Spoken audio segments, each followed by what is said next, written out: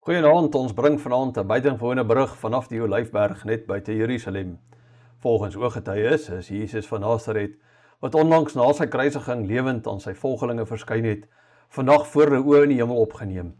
Die gebeurtenis het plaasgevind nadat Jesus saam met sy disippels was en met hulle gepraat het oor die koninkryk van God. Hy het hulle herinner dat hulle in Jerusalem moes bly en wag op die belofte van die Vader, die Heilige Gees. In sy laaste woorde het volgens ooggetuies Jesus aan hulle gesê: "Julle sal krag ontvang wanneer die Heilige Gees oor julle kom en julle sal my getuies wees in Jerusalem, in die hele Judea en Samaria tot aan die einde van die aarde." En kort daarna, terwyl die disippels nog na hom gekyk het, is hy van die aarde af opgelig. 'n Wolk het hom voor hulle oë weggeneem. Die disippels het verstom gestaan en na die hemel bly kyk. Dit was 'n oomblik van verwondering, aanbidding en waarskynlik ook onsekerheid. Hulle meester wat hulle gevolg het, wat gelei het, gesterf het en weer opgestaan het, was nou nie meer fisies by hulle nie. Maar die berig eindig nie in hartseer nie. Volgens getuies, en soos Lukas dit ook aan ons vertel het 2 manne in wit klere skielik by hulle gestaan en gesê: "Galileërs, waarom staan julle so na die hemel en kyk?